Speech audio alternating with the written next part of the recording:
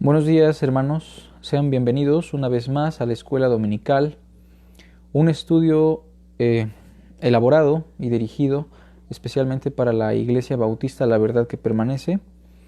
Estamos estudiando el libro del Apocalipsis, un libro bastante interesante, con un alto contenido cristológico, y el día de hoy nos toca reflexionar sobre el capítulo 12.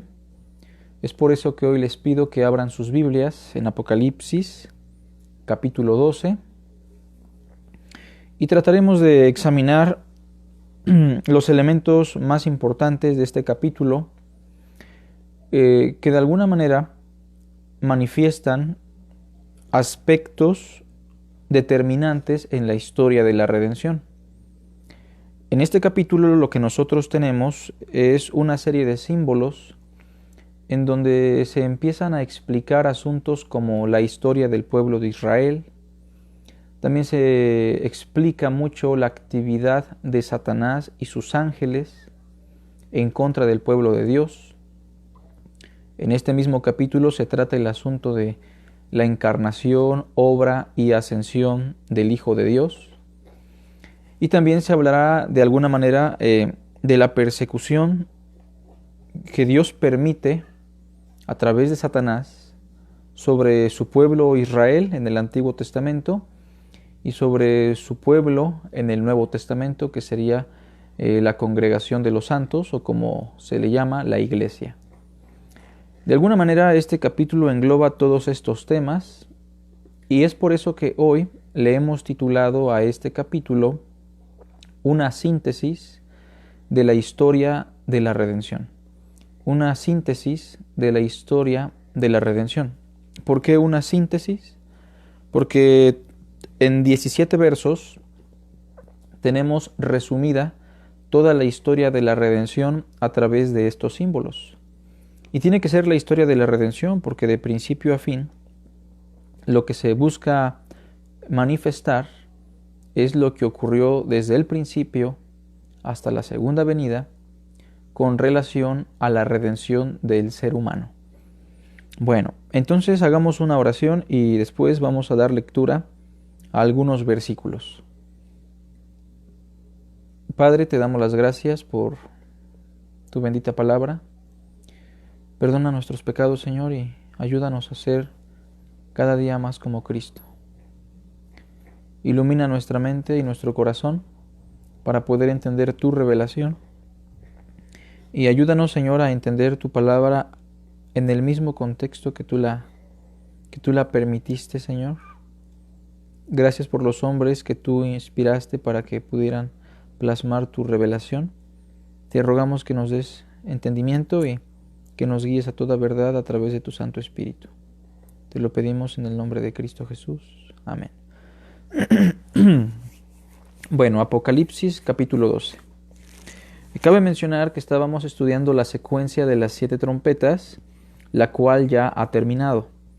Y entonces, antes de llegar a las 7 copas, tenemos una serie de simbolismos que nos van a estar expresando algunas cuestiones que son propias de la época de las 7 iglesias en Asia Menor, y nos van a plasmar también algunas cuestiones que tienen que ver con todo el pueblo de Dios en general. Ejemplo de ello sería el capítulo 12, que inicia dándonos un símbolo muy interesante y que de seguro era muy conocido para los hermanos de aquella época.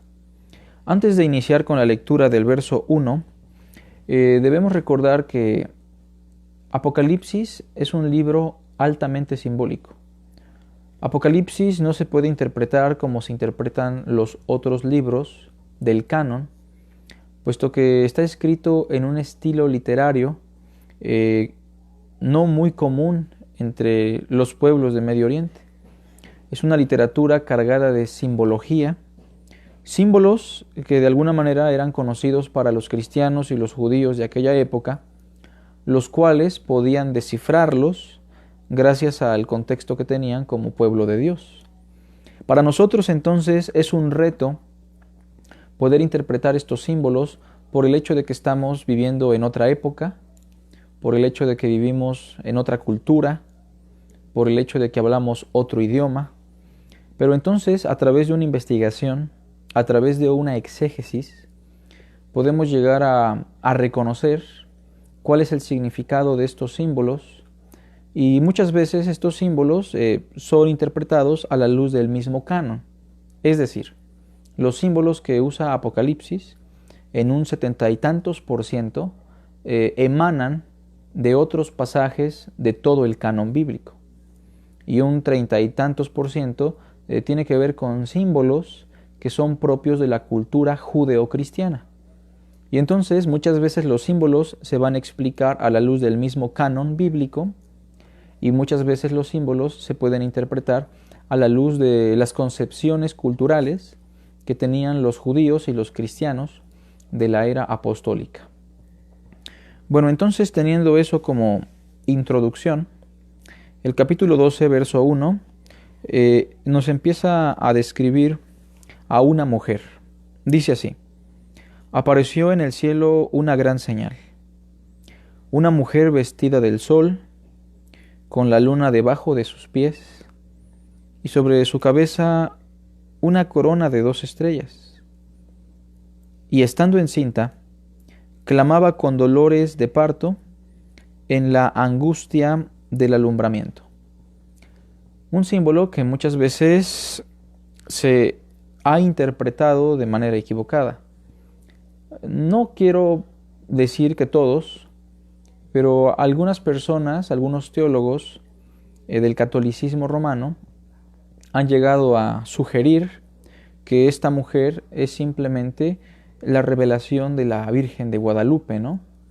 Algo muy alejado del contexto de las iglesias de Asia Menor, algo muy absurdo por el contexto del documento que estamos interpretando. Pero es una de las interpretaciones más burdas que su servidor ha llegado a escuchar, al menos en la esfera del catolicismo romano. Dentro del cristianismo reformado, entendiendo que la mayoría de las iglesias cristianas tienen herencia reformada, se ha llegado a interpretar este texto como que esta mujer es el símbolo de María, la madre de nuestro Señor Jesucristo. Y parece un poquito más coherente que la primera interpretación, pero desde mi punto de vista creo que también está muy alejado de lo que se quiere explicar en el capítulo 12. Cuando analizamos a detalle a esta mujer en el verso 1, tenemos que poner atención en los elementos que se mencionan. Lo primero es que esta mujer estaba vestida del sol. El segundo elemento es que la luna estaba debajo de sus pies. Y un tercer elemento de este simbolismo es que sobre su cabeza tenía una corona de 2 estrellas. Este símbolo de alguna manera se explica a la luz de otro texto que aparece en el Génesis. Vayan conmigo a Génesis 37:9, por favor. Génesis 37:9. Y notemos desde ahí cómo es que el apóstol Juan, inspirado por el Espíritu Santo, está tomando algunos elementos muy conocidos entre el judeocristianismo de aquellos días, que ahora está utilizando para introducir un concepto que solamente ellos pueden entender. De manera que los cristianos, cuando leían este texto, lo interpretaban porque conocían los símbolos. Pero los romanos, los perseguidores, se quedaban perplejos y tal vez acusaban a Juan de demente porque no entendían para nada lo que se quería transmitir. El capítulo 37 nos habla de un hombre llamado José el Soñador. En este texto él es todavía un joven, al cual su padre ama sobre todo sus hermanos, un joven al cual su padre ha distinguido con un vestido de diversos colores, un joven que aparte, por lo que leemos en su historia, era hermoso, tanto que la esposa de Potifar lo codiciaba, y un joven que aparte de todas estas cualidades, tenía un don de Dios, tenía el don de interpretar sueños y de recibir revelaciones. Y entonces en el capítulo 37, versículo 5, dice así: y soñó José un sueño, y lo contó a sus hermanos, y ellos llegaron a aborrecerle más todavía. ¿Por qué?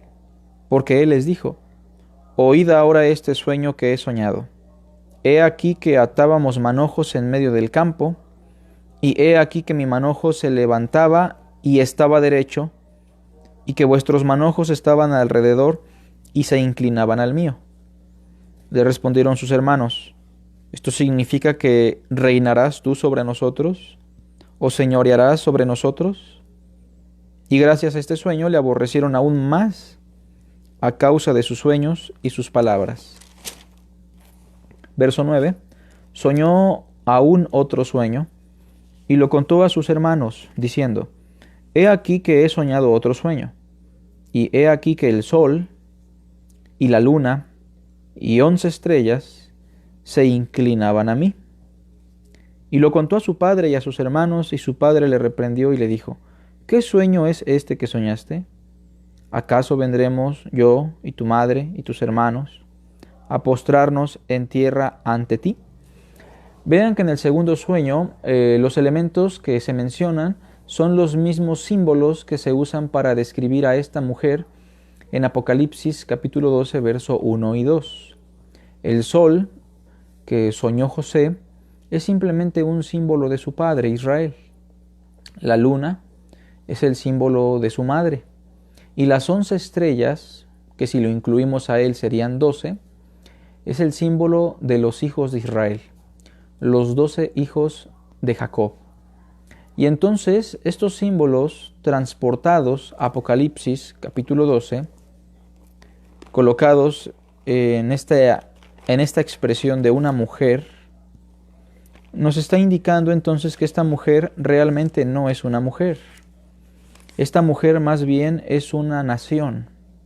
Esta mujer, en otras palabras, es el pueblo israelita. Esa familia que se cocinó con Jacob, su esposa y 12 hijos, y que poco después llegaron a ser la nación de Israel o la nación santa de Dios en el antiguo pacto. Y entonces esta mujer no es ni la Virgen de Guadalupe, no es ni la Virgen María. Esta mujer es una nación. Esta mujer es el símbolo de la nación israelita.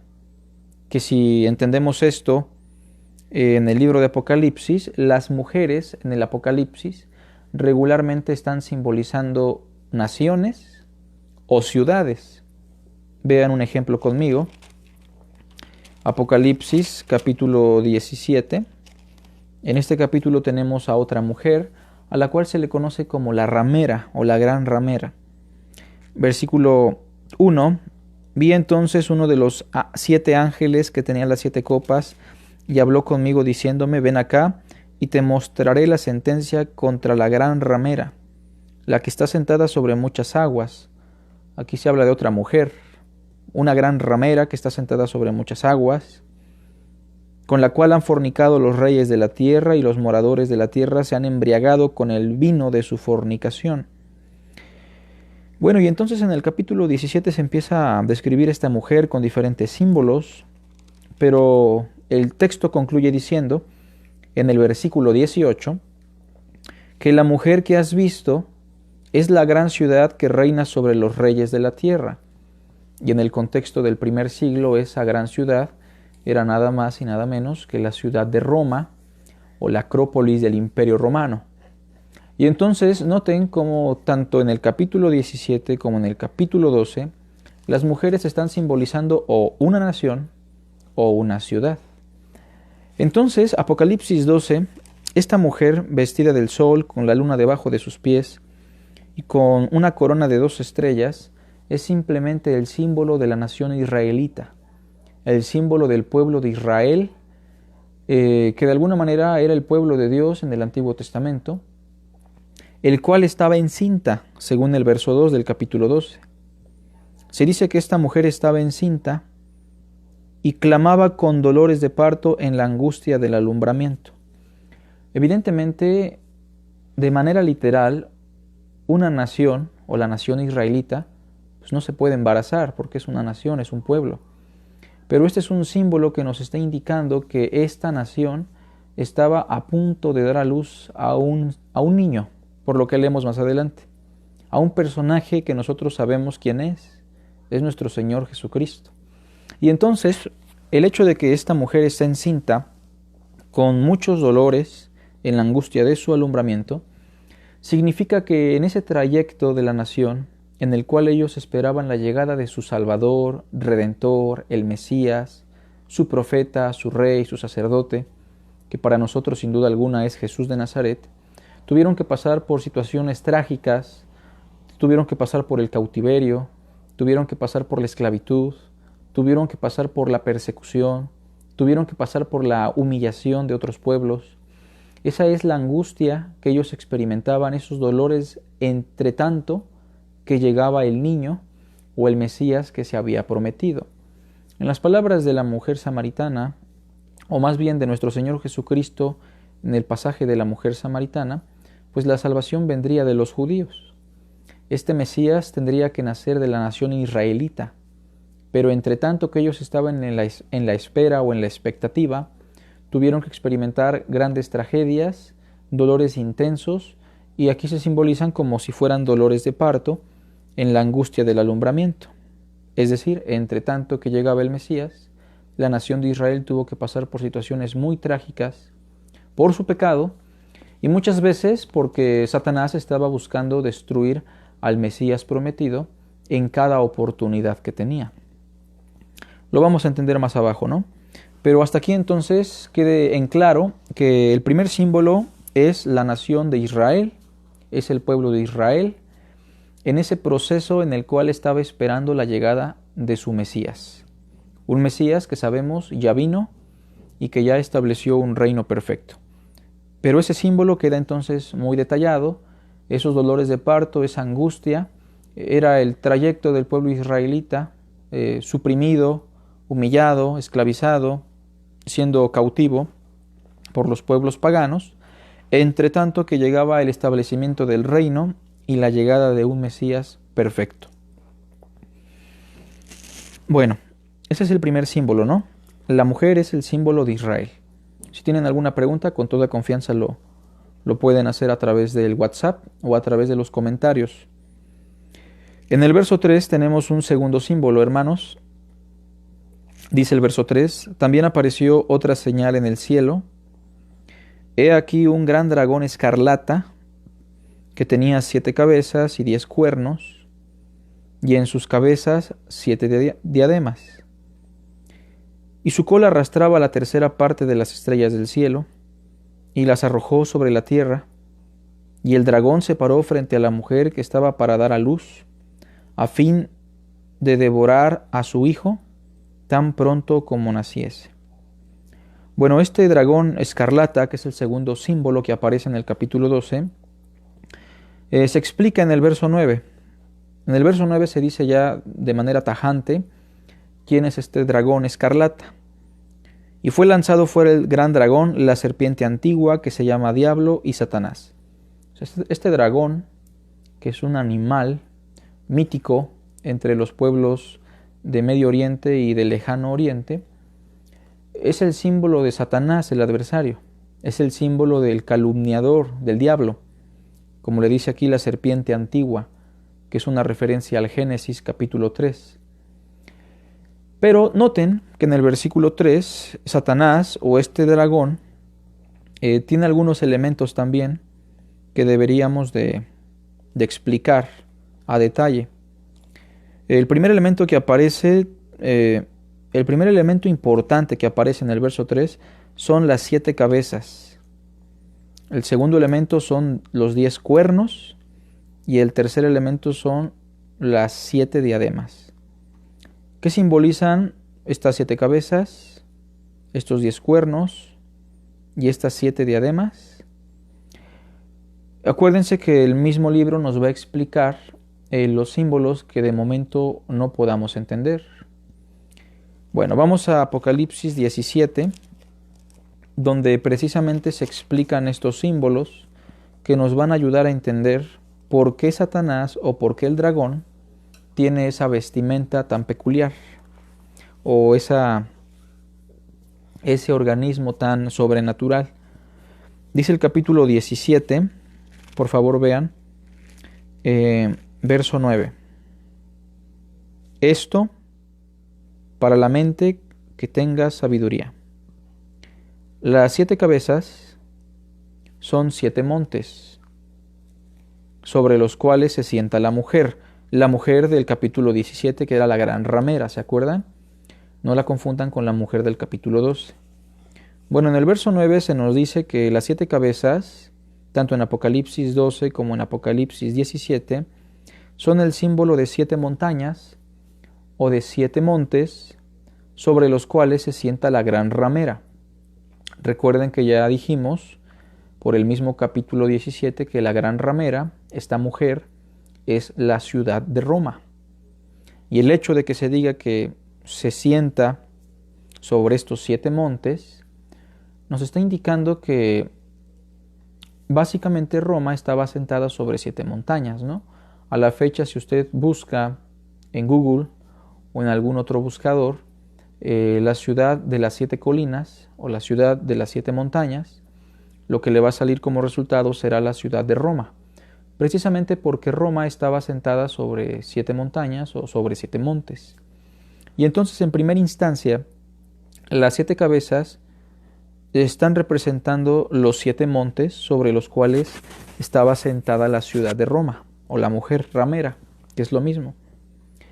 Verso 10, y dice, y son 7 reyes. Eso significa que las 7 cabezas simbolizan 2 cosas. Por una parte simbolizan las 7 montañas sobre los cuales se asienta la ciudad de Roma, pero también simbolizan a 7 reyes. Y por el contexto son los reyes que habían tomado ya dominio sobre el imperio a lo largo de su historia. Vean cómo se describe esto. Verso 10, y son 7 reyes. 5 de ellos han caído. O sea, estos 5 ya no están, ya pasaron, ya murieron, ya dejaron de ser. Si hacemos el conteo, el primero fue Octavio Augusto, que fue el emperador que mayor gloria le trajo al imperio en sus primeros años. El segundo emperador fue Tiberio, un hombre perverso, depravado, corrupto. El tercer hombre en el imperio fue Calígula, conocido como el emperador loco. El tercer emperador fue Claudio. El cuarto fue Claudio, perdón, y el quinto sería Nerón. Y entonces, de Octavio a Nerón, lo vemos esto en el verso 10, 5 de ellos han caído. Después dice, uno es, que sería la referencia de Vespasiano. Después dice, y el otro aún no ha venido, que sería Tito. Y cuando venga es necesario que dure breve tiempo. Es la referencia de Tito porque Tito solamente duró 2 años en el poder, que sería el número 7. Y entonces, aunque ahorita no vamos a explicar a detalle por qué dice el uno es, si el Apocalipsis fue escrito en tiempos de Domiciano, lo que sí es importante es notar que las 7 cabezas están simbolizando a los reyes que habían tomado dominio en el imperio a lo largo de su historia. Pero dice que el dragón no solamente tenía 7 cabezas, también se nos dice que tenía 10 cuernos. Y en el verso 12 del capítulo 17, se nos explica qué son los 10 cuernos. Dice, y los 10 cuernos que has visto son 10 reyes que aún no han recibido reino, pero por una hora recibirán autoridad como reyes juntamente con la bestia. Y entonces los 10 cuernos son el símbolo de los reyes del mundo que apoyan por completo al imperio romano. Eso en el contexto de las 7 iglesias de Asia Menor. Recuerden que el número 10 es el símbolo de lo completo. Y entonces todos los reinos del mundo estaban apoyando al imperio, estaban contribuyendo al imperio para cumplir con los propósitos de Satanás.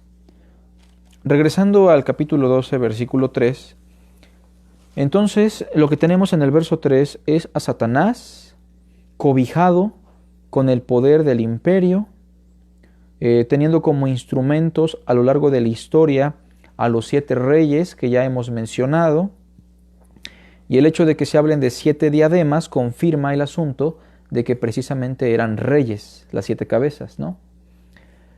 Y entonces estamos hablando del Imperio Romano bajo la influencia, el poder y el dominio de Satanás. Y es natural que sea así porque todo gobierno de este mundo, todos los gobiernos de este mundo están bajo la influencia del maligno. Pero bajo el contexto de las 7 iglesias de Asia Menor, pues el Imperio Romano, que era el gobierno mundial, estaba influenciado y dominado por completo por el mismo Satanás para cumplir con sus propósitos. En el versículo 4 se nos dice: y su cola, la cola del dragón, arrastraba la tercera parte de las estrellas del cielo. Recuerden que el número 3 o la fracción tercera, la tercera parte en este caso, es el símbolo de lo intenso, es el símbolo de la gran cantidad, es el símbolo de lo que tiene que ver con el énfasis.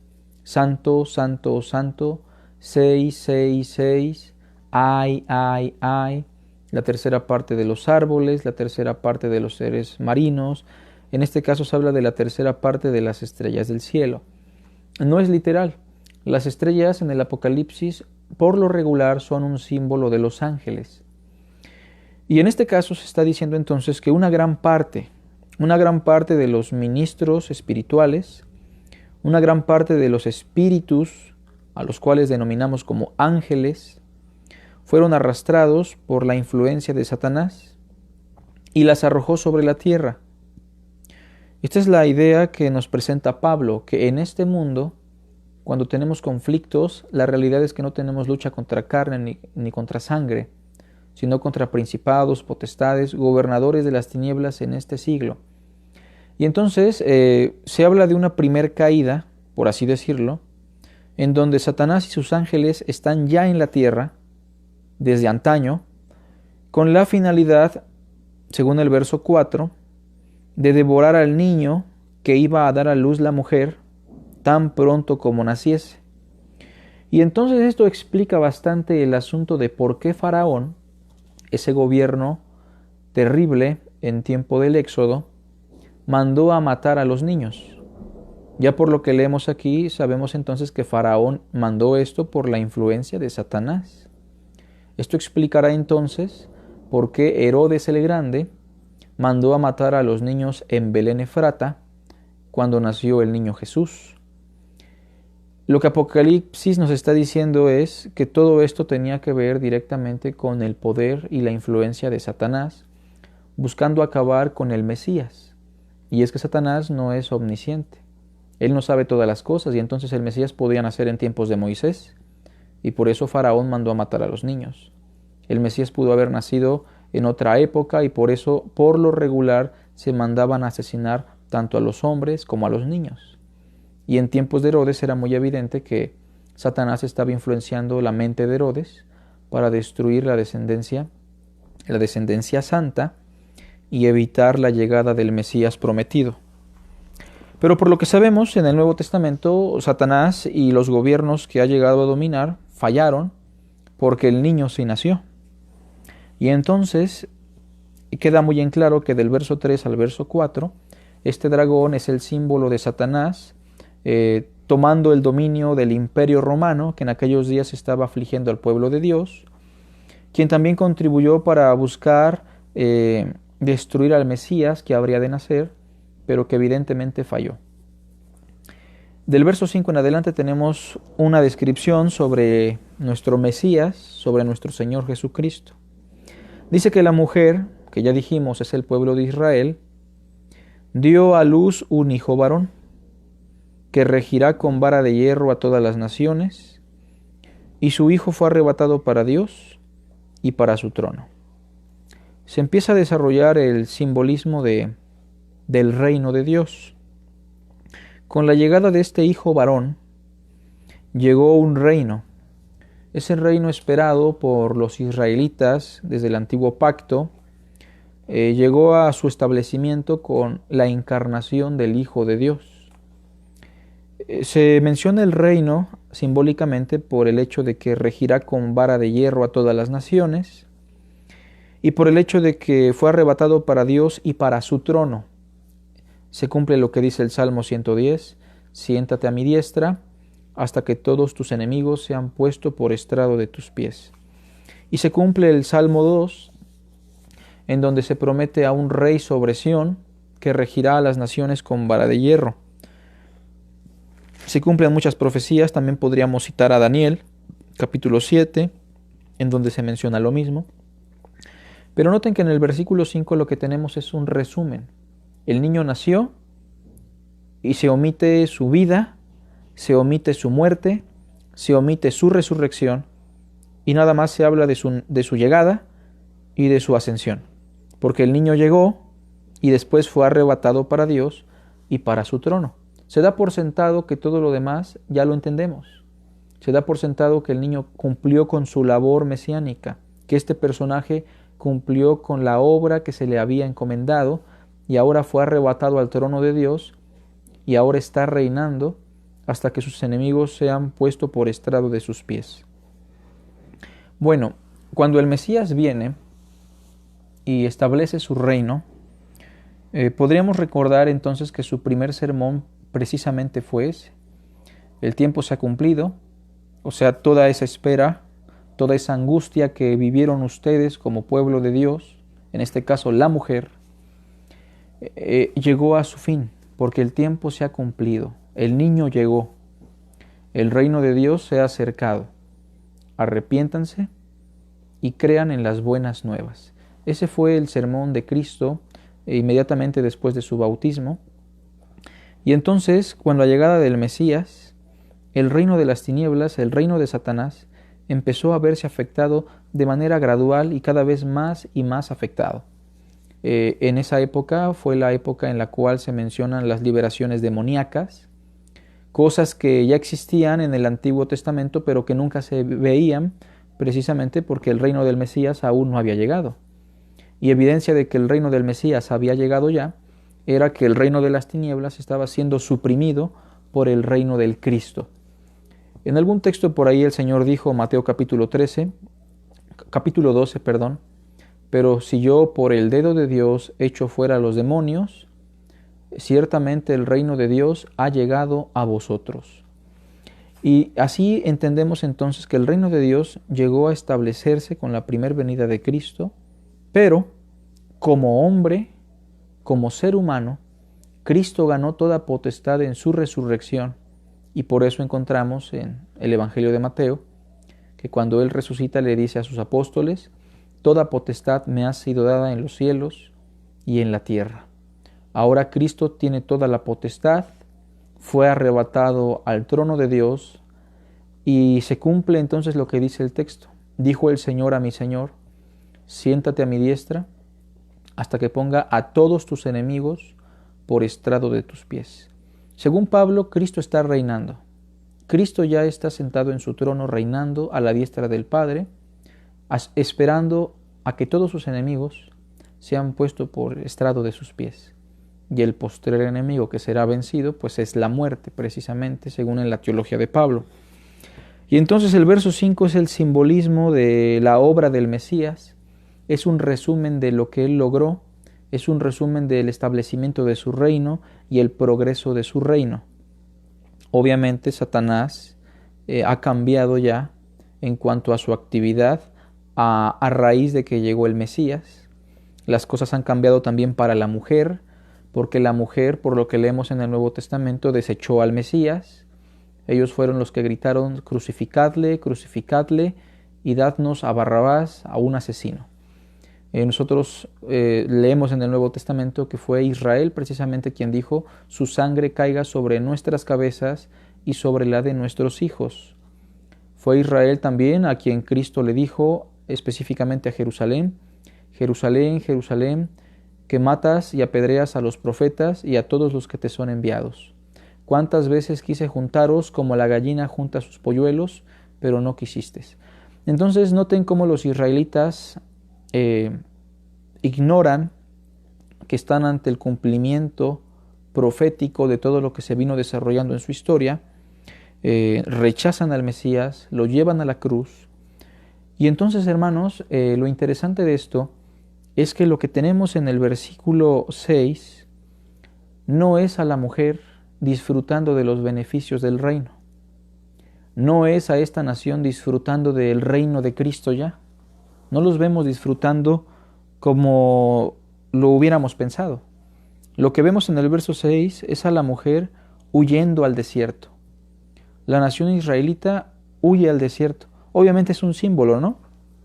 Es un símbolo bastante claro porque cada vez que los israelitas tenían problemas o alguien los perseguía, lo que hacían era huir al desierto, lo cual nos recuerda la historia de los israelitas y el faraón, que para huir de el faraón tuvieron que andar en el desierto, que por su rebeldía los pueblos de alrededor los odiaban y tuvieron que vagar 40 años en ese desierto.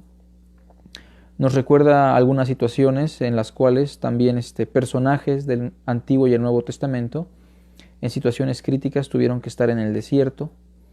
Y es que el hecho de que se diga que la mujer huyó al desierto simplemente está indicando que la mujer está en problemas, que la nación está huyendo, como lo dice, porque la están persiguiendo, porque la están afrentando, porque la están queriendo humillar otra vez. Entonces, a raíz de que el Mesías ascendió a los cielos y fue rechazado por su pueblo, Israel, el pueblo israelita estará experimentando persecución, estará huyendo al desierto, fuera de su pueblo, obviamente, fuera de su hogar, a lo que se le conoce también como la diáspora judía. El día de hoy Israel realmente no le pertenece a Israel. Jerusalén no le pertenece a los judíos. De hecho, la mayor parte de los judíos ni siquiera están en Jerusalén. Jerusalén es pisoteada por los gentiles, en donde estaba el templo de los judíos, ahorita está un templo musulmán. Y entonces es imposible para los judíos tener una estabilidad como la tuvieron en tiempos de Salomón o en tiempos de David. A raíz de haber rechazado al Mesías, ellos siguen en su diáspora, en su dispersión, perseguidos. Sin embargo, Dios, por amor a las promesas de Abraham, Isaac y Jacob, porque los llamamientos de Dios son irrevocables, y porque Dios tiene a un pueblo escogido dentro de ese pueblo pagano, Israel, porque aún en ese pueblo hay un remanente de judíos que Dios ya escogió para que experimenten la salvación en Cristo, por amor a ellos y por amor a su propio decreto, Dios, a través de esa persecución, a través de esa diáspora, a través de esa situación humillante que ellos experimentan desde que Cristo vino hasta que Él venga por segunda vez, Dios los va a sustentar, dice el verso 6, donde tienen lugar preparado por Dios para que allí la sustenten por 1260 días. Y nos recuerda el Éxodo, ¿no? De cómo ellos por su rebeldía sufrieron 40 años en el desierto, pero a pesar de que estaban siendo perseguidos, a pesar de que muchas veces rechazaban a Dios, a Moisés, a pesar de que se hicieron un becerro de oro, a pesar de que fornicaron con mujeres paganas, Dios, por amor a sus promesas y por amor a un remanente escogido, Dios los sustentó en el desierto por 40 años. Y entonces la razón por la cual Israel no desaparece a la fecha, aunque han existido varios intentos de exterminio sobre este pueblo, es porque Dios los está sustentando a pesar de su dispersión, a pesar de la persecución, a pesar de que el Líbano, Jordania, Egipto y todos los pueblos de alrededor los odien y los quieran destruir. No es porque el pueblo en sí sea un pueblo de Dios, no lo son porque no son de Cristo. Es porque Dios ha prometido, es porque Dios ha decretado cosas y es porque Dios tiene un remanente ahí, como lo tiene en México, como lo tiene en Estados Unidos, como lo tiene en China, un grupo de escogidos israelitas que tendrán que experimentar la salvación en Cristo Jesús. Y entonces, en esa persecución, en esa diáspora, lo que se conoce también como la gran tribulación, porque ese es el símbolo de la gran tribulación, aunque serán perseguidos, aunque los pueblos intentarán exterminarlos, que sabemos es nada más que el intento de Satanás por desquitarse con un pueblo que trajo al Mesías, Dios los va a sustentar y los va a proteger. En la historia de Israel tenemos a muchos pueblos que buscaron exterminarlos después de Cristo, como serían los romanos, como serían los árabes, como serían también los musulmanes, como serían los alemanes, como serían los españoles. Tenemos un sinfín de intentos de exterminio bastante crueles, pero Dios los va a sustentar. Se nos da un símbolo en el verso 6, dice que será por 1260 días, lo cual es un equivalente a 3 años y medio. No es literal otra vez. Cuando hablamos de los 2 testigos, me parece que expliqué un poquito sobre este símbolo del 3 y medio. El 3 y medio es el símbolo de lo incompleto, es el símbolo de lo imperfecto, de lo profano, de lo que no va a durar. Si el 7 es lo perfecto, lo sagrado, lo eterno, el 3 y medio, que es la mitad del 7, es el simbolismo de lo que no dura para siempre. Es el símbolo de lo temporal. Y si es temporal, es imperfecto. Y si es imperfecto, pues es pagano. Y entonces, ¿cuánto tiempo sufrirán persecución? ¿Cuánto tiempo estarán dispersos por el mundo los israelitas? ¿Y por cuánto tiempo Dios los va a sustentar como nación? Según el texto, si entendemos el símbolo, será temporalmente. Vean cómo este símbolo de 1260 días se explica también en otros textos aquí mismo. Vean el versículo 14. Y se le dieron a la mujer las 2 alas de la gran águila para que volase de delante de la serpiente al desierto, a su lugar, donde es sustentada por un tiempo, tiempos, ahí llevamos 2, y la mitad de un tiempo. Otra vez la idea del 3 y medio. Por eso decimos que no es literal, es simplemente un simbolismo. Bueno, entonces lo que tenemos en el verso 6 y en el verso 14 es el simbolismo de la persecución o de la gran tribulación que está experimentando el pueblo israelita por rechazar al Mesías, y el instrumento que Dios ocupa en este caso es Satanás, para que a través de los diferentes reinos de este mundo los aflijan, los persigan y experimenten la retribución debida a su extravío. En el verso 14, por ejemplo, cuando se habla de la mujer, si leemos desde el versículo 13, dice: cuando vio el dragón que había sido arrojado a la tierra, persiguió a la mujer que había dado a luz al hijo varón, o sea, a Israel. Y se le dieron a la mujer las 2 alas de la gran águila. Estas 2 alas de la gran águila solo son un símbolo que Juan tomó de Éxodo. Vayan conmigo a Éxodo, capítulo 19.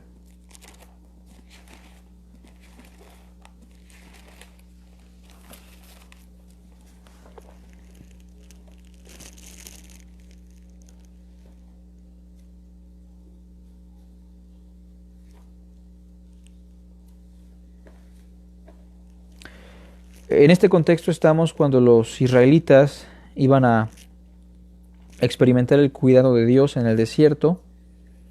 Y en el capítulo 19 se menciona precisamente este símbolo, ¿no? 19:4. Vosotros visteis lo que hice a los egipcios, los perseguidores, y cómo os tomé sobre alas de águilas y os he traído a mí. O sea, fueron al desierto, Dios los liberó, hizo milagros, es como si Dios se los llevara volando, y ese símbolo de las alas de águila, pues es lo que está tomando Juan en el capítulo 12, verso 14 de Apocalipsis, para hablar del cuidado y el sustento que Dios tiene sobre esta nación, y ya dijimos, por amor a sus propias promesas y por amor al remanente que Él escogió dentro de ese pueblo. Bueno, seguimos con un símbolo que ahora aparece en el verso 7. Recuerden, el Mesías ya estableció su reino, el Mesías ya nació, vivió, murió, resucitó y ascendió. Y en el verso 7 entonces se desata una batalla a raíz del establecimiento del reino, a raíz de que el Mesías ya vino y cumplió con su obra. Se nos da una descripción gráfica, simbólica, de lo que sería el juicio sobre Satanás. Dice el verso 7, después hubo una gran batalla en el cielo. Miguel y sus ángeles luchaban contra el dragón, y luchaban el dragón y sus ángeles, pero no prevalecieron, ni se halló ya lugar para ellos en el cielo. Y fue lanzado fuera el dragón, la serpiente antigua, que se llama Diablo y Satanás, el cual engaña al mundo entero. fue arrojado a la tierra y sus ángeles fueron arrojados con él. Recuerden, hermanos, que en el versículo 4 se habló de un primer arrojamiento. Cuando Satanás arrastró la tercera parte de las estrellas del cielo, se habla de un primer arrojamiento que se puede visualizar desde el capítulo 3 del Génesis, donde Satanás ya está aquí en la tierra. Pero lo que tenemos aquí del verso 7 al verso 9 es un segundo arrojamiento, pero este arrojamiento es definitivo. ¿Por qué? Porque en el primer arrojamiento, aunque Satanás estaba en la tierra trabajando con planes perversos, aún tenía acceso al trono de Dios, aún tenía acceso al cielo. Lo sabemos por el libro de Job, por el libro de Zacarías, en donde se describe a Satanás acusando a los santos y buscando ocasión para ponerles tropiezo. Eso en el Antiguo Testamento, él aún tenía acceso al trono de Dios. Una vez que el reino se establece, una vez que el Cristo viene a este mundo y resucita de entre los muertos, el Verbo se hace carne y cumple con su obra, el mismo Jesús dijo: yo veía caer a Satanás del cielo como un rayo. Eso en Lucas capítulo 10. Y aquí se describe lo mismo, ¿no? Cómo después del establecimiento del reino, cómo después de la primera venida de Cristo, Satanás es arrojado del cielo ya de manera permanente, sin acceso, ya no hay lugar para ellos ahí. Y entonces Satanás pierde terreno en algunas áreas. Por ejemplo, su influencia de engaño ya no será la misma que antes. A medida que el reino de Dios se esponja como la levadura en la masa, a medida que el reino de Cristo crece como la semilla de mostaza, personas de todo el mundo estarán conociendo la verdad, y en ese sentido la actividad de engaño de Satanás, aunque sigue, está limitada y restringida por la llegada del reino de Dios. Por otra parte, Satanás tampoco tiene ya acceso al cielo, y eso significa que ya no puede acusar a ningún cristiano. La ley que ha sido abolida en la cruz, como dice Pablo en Colosenses, hizo que se despojara a los principados y a las potestades, y que Cristo los exhibiera públicamente triunfando sobre ellos en la cruz. Y entonces Pablo también dirá en Romanos 8, ¿quién acusará a los escogidos de Dios? No se puede ya. Ya no hay un acusador, porque ya no tiene acceso al trono de Dios y porque su instrumento, la ley de Moisés, ha sido también abrogada por Cristo en la cruz. Y entonces la actividad de Satanás se reduce únicamente a aquellos que aún no conocen a Cristo, se reduce a mentirle al mundo, pero no con la misma fuerza con la que fue antes de Cristo.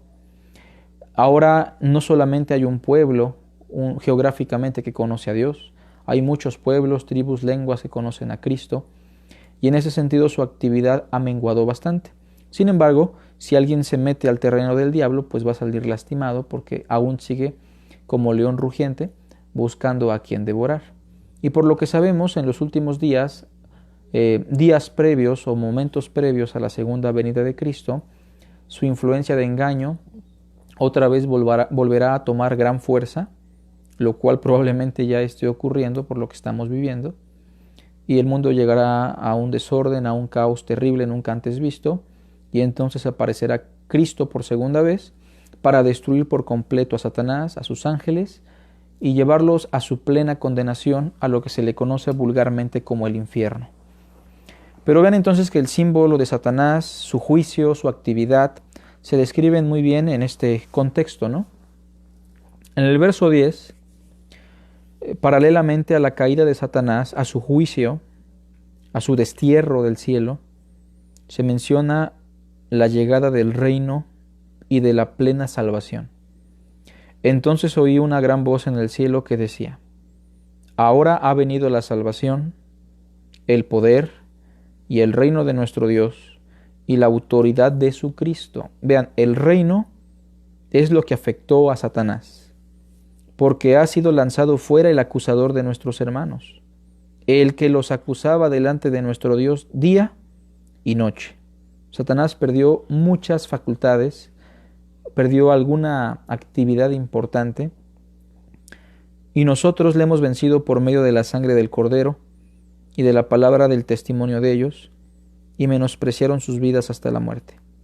Por lo cual alegraos cielos y los que moráis en ellos, pero ay de los moradores de la tierra y del mar, porque el diablo ha descendido a vosotros con gran ira, sabiendo que tiene poco tiempo. O sea, no negamos que aún tiene el poder para tentar, para destruir, para afectar la vida de los hombres, ¿no?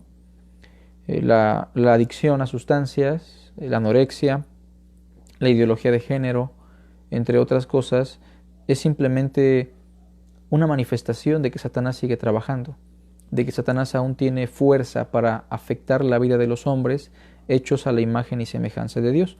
Pero reiteramos, su influencia menguó a raíz de la llegada del reino. Verso 13. Y cuando vio el dragón que había sido arrojado a la tierra, persiguió a la mujer que había dado a luz al hijo varón, o sea, a Israel. Y se le dieron a la mujer las dos alas de la gran águila para que volase de delante de la serpiente al desierto, a su lugar, donde es sustentada por un tiempo y tiempos y la mitad de un tiempo. Y la serpiente arrojó de su boca tras la mujer agua como un río, para que fuese arrastrada por el río, lo cual sigue hablando de persecución a Israel, y nos recuerda tal vez el momento en el cual el mar Rojo, fue un obstáculo para los israelitas cuando escapaban de los egipcios, pero Dios sustentó a la mujer, la ayudó y abrió el mar, ¿no? Pero la tierra ayudó a la mujer, pues la tierra abrió su boca y tragó el río que el dragón había echado de su boca. Verso 17. Entonces el dragón se llenó de ira contra la mujer, obviamente porque no la pudo aniquilar, y fue a hacer guerra contra el resto de la descendencia de ella. ¿Quiénes son la descendencia de esta mujer? Los que guardan los mandamientos de Dios y tienen el testimonio de Jesucristo. Y entonces la persecución al cristianismo de alguna manera también se ve en este texto. Como nosotros los cristianos en muchas partes del mundo también somos perseguidos, oprimidos por el hecho de tener el testimonio de Jesús y guardar los mandamientos de Dios. Pero noten que hay una distinción. La persecución de la mujer en el Nuevo Testamento se describe como una persecución por el hecho de que Dios les está retribuyendo por haber rechazado a su Hijo. Y la persecución al cristianismo simplemente forma parte de nuestro crecimiento, de nuestro desarrollo. Y así es como entendemos el capítulo 12, una síntesis de la historia de la redención. Espero que haya quedado un poco claro. Dentro de 8 días estaremos examinando el capítulo 13. Nos vemos en unos minutos, hermanos. No sé si hay preguntas por ahí, pero bueno, estaremos entonces en unos minutitos. Que Dios les bendiga a todos. Nos vemos enseguida.